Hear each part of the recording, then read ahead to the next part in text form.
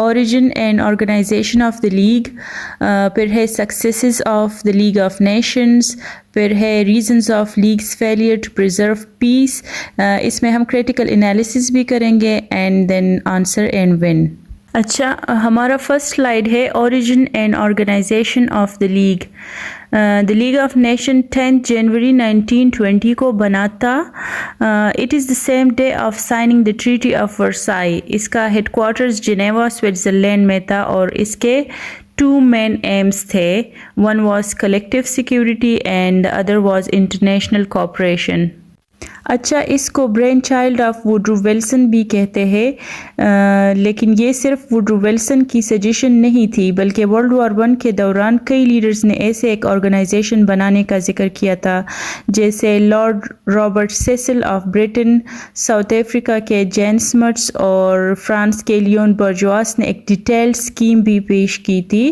ہاں، ویلسن کی سب سے بڑی کنٹریبیوشن یہ تھی کہ انہوں نے لیگ کے رولز کو ہر الگ ٹریٹی کا حصہ بننے پہ زور دیا.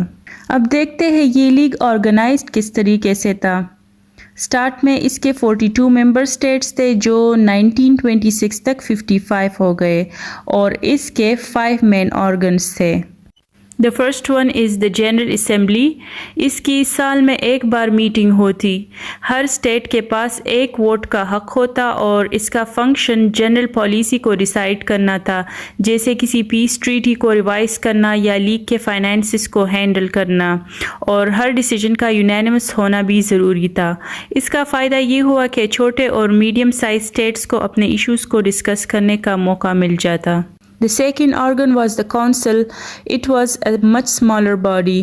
یہ سال میں ایک سے زیادہ میٹنگز رکھتے at least 3 times. اس کے 4 permanent member states تھے: Britain, France, Italy and Japan. یاد رکھے USA اس آرگنائزیشن کا حصہ نہیں تھی. اس کے علاوہ 4 نان پرماننٹ ممبرز 3 ایئرس کے لیے اسمبلی سے الیکٹ ہوتے، جس کی نمبر 1926 میں 9 کروا دی. اس کا فنکشن پولیٹیکل ڈسپیوٹس کو ڈیل کرنا تھا. Again decision needed to be unanimous. پھر ہے third body, permanent court of international justice. It was based at Hague in Holland. اس کے ڈفرینٹ نیشنلٹیز کے 15 ججز تھے جن کا کام اسٹیٹس کے لیگل ڈسپیوٹس کو ڈیل کرنا تھا. اس نے 1922 سے کام کرنا اسٹارٹ کیا تھا اور 66 کیسز کو کامیابی سے ڈیل کیا تھا، جس کی وجہ سے اس کی ریسپیکٹ کافی بڑھ گئی تھی. Fourth organ was the secretariat. اس کا کام پیپر ورک کرنا تھا، جیسے ایجنڈاز تیار کرنا یا رپورٹس اور ریزولوشنز لکھنا. یہ ایک ٹائپ کی انٹرنیشنل سول سروس تھی. اس کے ممبرز 30 ڈفرینٹ کنٹریز سے لیے گئے تھے and it was also winning respect for high quality organisation and administration. The last organ was commission and committees. اس کو اسپیسیفک پرابلمز ڈیل کرنے کے لیے بنایا گیا تھا، خاص کر جو ورلڈ وار 1 کی وجہ سے بن گئی تھی. اس کا main commission mandates, military affairs, minority groups اور ڈسارمامنٹ کو ہینڈل کر رہا تھا. اس کے علاوہ ڈفرینٹ کمیٹیز بنائی گئی تھی، جیسے committee for international labour, health, economics and financial organisation, child welfare, drug problems and women's right. اس کا مین فنکشن پیس کیپنگ کا تھا، جیسے اگر کسی ڈسپیوٹ سے وار سٹارٹ ہونے کا خطرہ ہوتا ہو تو اس ممبر اسٹیٹ کو کلیکٹیو ایکشن کا سامنا کرنا پڑتا. یہ تھا لیگ کا پروسیجر. اب نیکسٹ سلائیڈ میں دیکھتے ہیں کہ یہ کس حد تک اپنے ایمز میں کامیاب ہو گئی تھی. So we can say that it was not a total failure. اس نے کئی ویلیویبل کام کیے، جس میں سب سے زیادہ سکسیزفل انٹرنیشنل لیبر آرگنائزیشن تھا. یہ French socialist director Albert Thomas کے انڈر کام کر رہا تھا اور اس نے کئی کنٹریز کے گورنمنٹس کو پرسویڈ کیا تھا کہ وہ میکسیمم ورکنگ ڈیز کو فکس کرے، میکسیمم ویجز کو اسپیسیفائی کرے. اس کے علاوہ sickness and employment benefits introduce کروائے اور اولڈ ایج پینشنز انٹروڈیوس کروائے. نیکسٹ ہے دا ریفوجی آرگنائزیشن.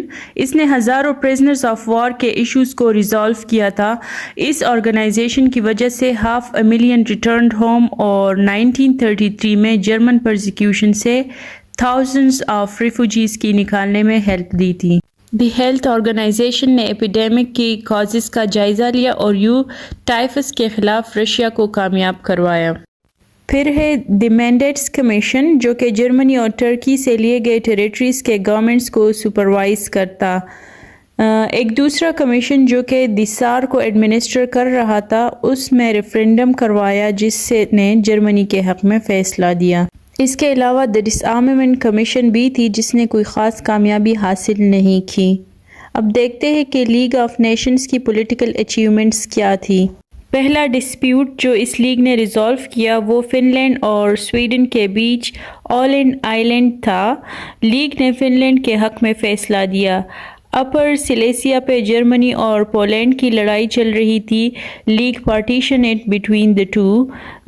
اس کے بعد گریک نے بلگیریا کو انویٹ کیا تو لیگ کے انٹرونشن سے گریک کو ودرا کرنا پڑا اور گریک سے بلگیریا کو ڈیمیج کے لیے بھی پے کرنا پڑا. پھر جب ترکی نے عراق کے پروونس موصل کے اوپر کلیم کیا جو کہ اس وقت برٹش مینڈیٹ تھا، لیگ نے عراق کے فیور میں ڈیسیجن دے دیا. اس کے علاوہ ساؤتھ امریکہ میں پیرو اور کولمبیا اور بولیویا اینڈ پیراگوے کے بیچ بھی سیٹلمنٹس کروائی.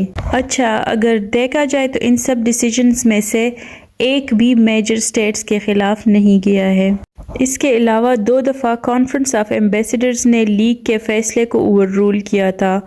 ایک جب ولنا کے اوپر پولینڈ اور لتھوینیا کے کلیمز تھے 1920 میں، اور دوسرا جب اٹلی اور گریس کے بیچ کورفیو انسیڈنٹ ہو گیا تھا. لیگ کا ان دونوں دفعہ کوئی رسپانس نہیں آیا تھا which was not a promising sign. So these were the achievements of the league. اب دیکھتے ہیں کہ what were the causes of league's failure to preserve peace. پہلا پوائنٹ ہے too closely linked with the Versailles Treaty. ایسا لگ رہا تھا کہ اس کو میجر پاورز کے فائدے کے لیے بنایا گیا ہو. ورسائی ٹریٹی کے جو کہ ایک ٹربلنگ ٹریٹی تھی اس کو لیگ ڈیفینڈ کرتا تھا.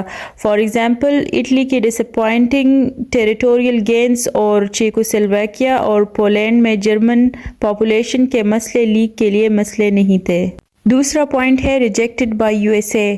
جی ہاں، جہاں اس لیگ کو یو ایس پریزیڈنٹ ولسن کا برین چائلڈ کہتے تھے، وہاں یو ایس سینٹ نے اس لیگ کو جوائن نہ کرنے کے فیور میں ووٹ دیا اور لیگ آف نیشنز ایک پاورفل اسٹیٹ کے سائیکولوجیکل اور فائنینشیل بینیفٹ سے محروم رہا.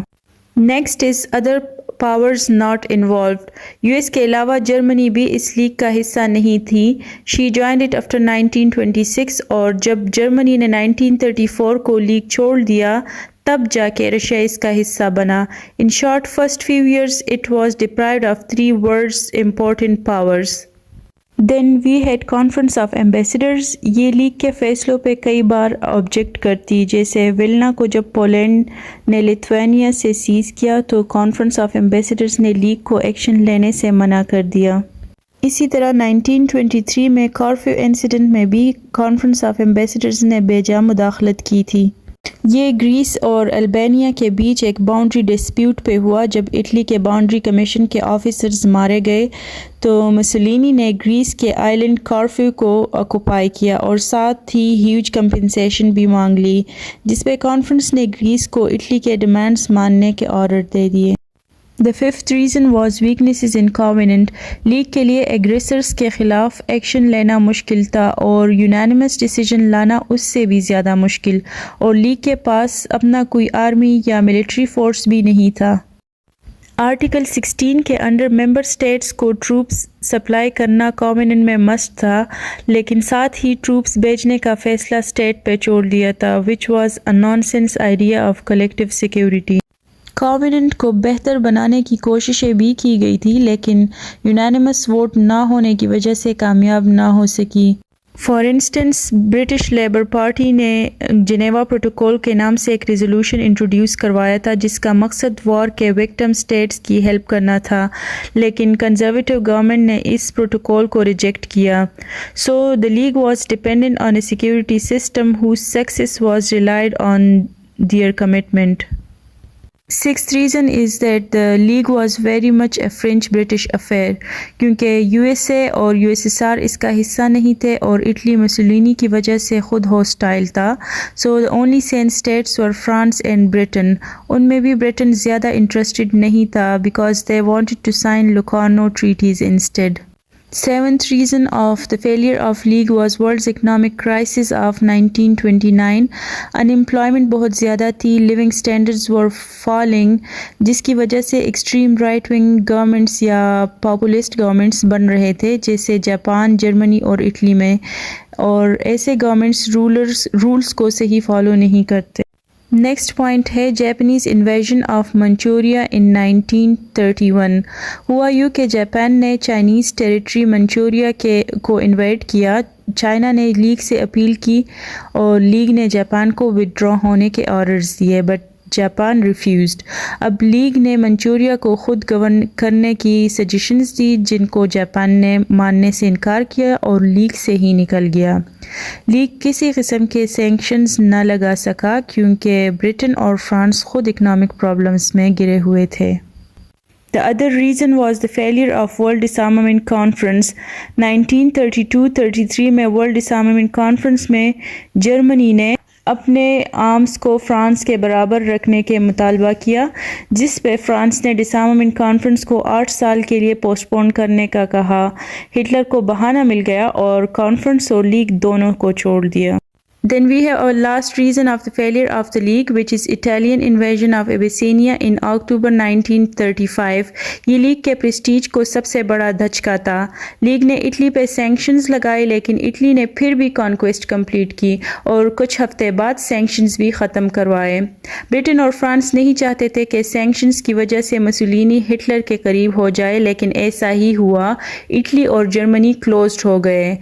اسمال اسٹیٹس کا لیگ پر سے بھروسہ اٹھ گیا اور ہٹلر نے رائن لینڈ کو ڈی ملٹرائز زون میں ٹروپس بھیجنا شروع کیے اور ورسائی ٹریٹی ختم ہو گئی.